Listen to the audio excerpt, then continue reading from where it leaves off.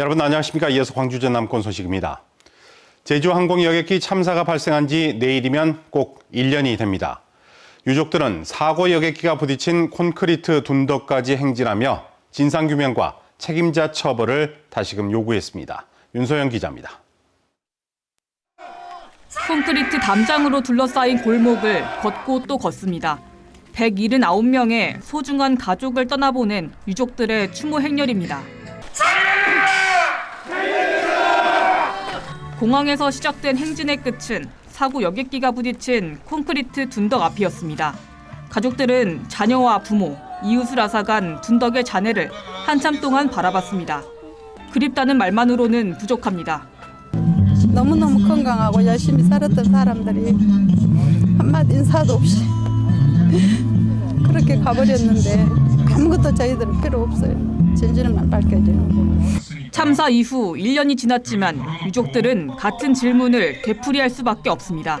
진실 규명과 책임자 처벌, 우리는 지금까지 주장해 왔던 것이 오직 그 하나뿐입니다. 참사 원인을 조사하는 항공철도사고조사위원회가 국토교통부로부터 독립하는 안이 국회에서 급물살을 타기까지 1년 가까운 시간이 걸렸습니다. 남은 가족들은 떠난 이들을 향해 사고의 원인을 반드시 밝히겠다고 약속했습니다. 경찰의 수사는 여전히 이권자만 추가하고 있고 실질적으로 그거에 대해서 처벌받거나 징계를 받거나 그런 등의 조치는 하나도 없습니다. 그래도 돌아오지 못할 가족들을 향해 유족들은 애달픈 인사를 건넸습니다.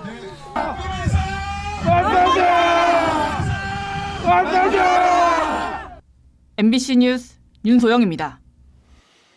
내년 지방선거를 앞두고 공천 준비 작업이 한창입니다. 민주당 지지세가 강한 광주와 전남에서는 현역에 대한 평가 결과와 불법 당원 모집에 대한 징계 여부가 경선판도의 변수가 될 것으로 보입니다. 윤근수 기자입니다. 민주당이 현역 단체장과 지방의원에 대한 평가에 들어갔습니다. 결과는 다음 달 말쯤 확정될 걸로 보입니다. 평가 결과 하위 20%에 포함되면 경선 과정에서 20% 감산 페널티를 받습니다.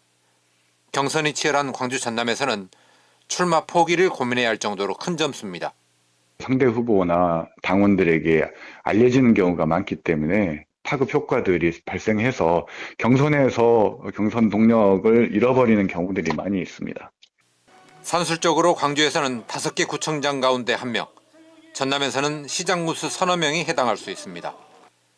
광주 전남북과 제주, 경기 등 민주당 소속의 시도지사 5명 가운데 1명도 감산 대상입니다. 만약 강기정 시장이나 김용록 지사가 여기에 포함된다면 경선 판도가 요동칠 수밖에 없습니다.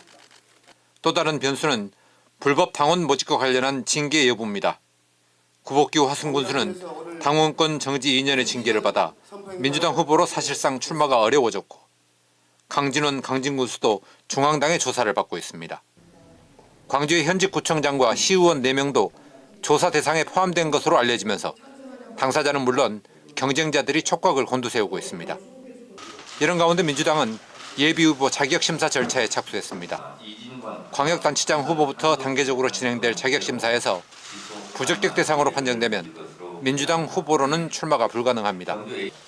또 감점을 받더라도 심각한 타격을 받게 돼 후보 간 유불리가 크게 엇갈릴 것으로 보입니다.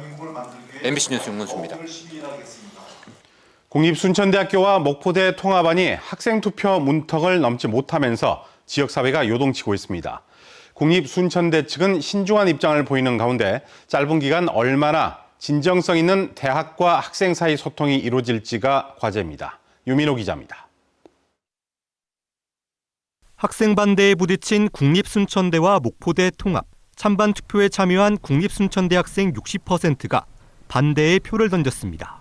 찬성 측은 대학 발전 가능성을 통합되면 이제 대학교가 더 커지니까 좀 더 좋은 대학교가 되지 않을까요? 라는 생각이 들어가지고 찬성을.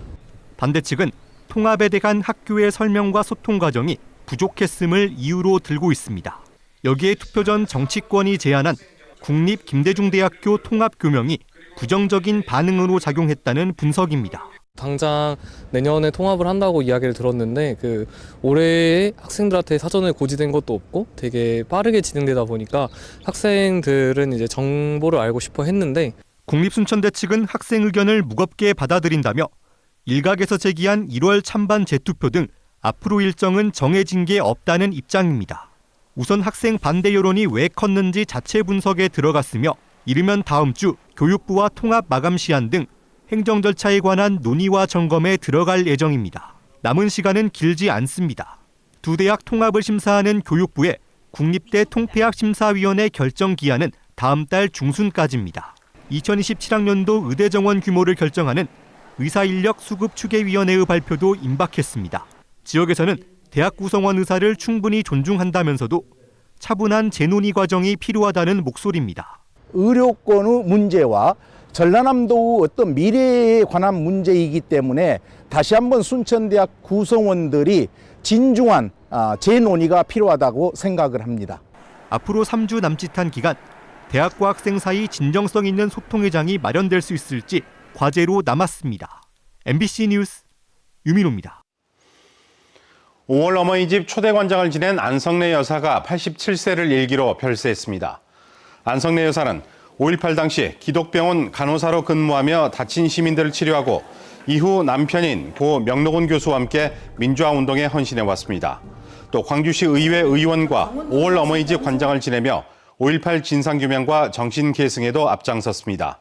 안 여사는 모레 국립 5.18 묘지에 안장될 예정입니다. 오늘 낮 12시쯤 광주시 서구 덕홍동에 있는 광신대교 옆 보행교가 무너진 채 발견됐습니다. 이번 붕괴 사고로 인한 인명피해는 없는 것으로 파악됐습니다. 광주시와 광주서구는 안전사고 예방을 위해 해당 구간의 통행을 제한하고 인근 파크골프장을 일단 휴장하기로 하는 한편 정확한 붕괴 원인을 조사하고 있습니다.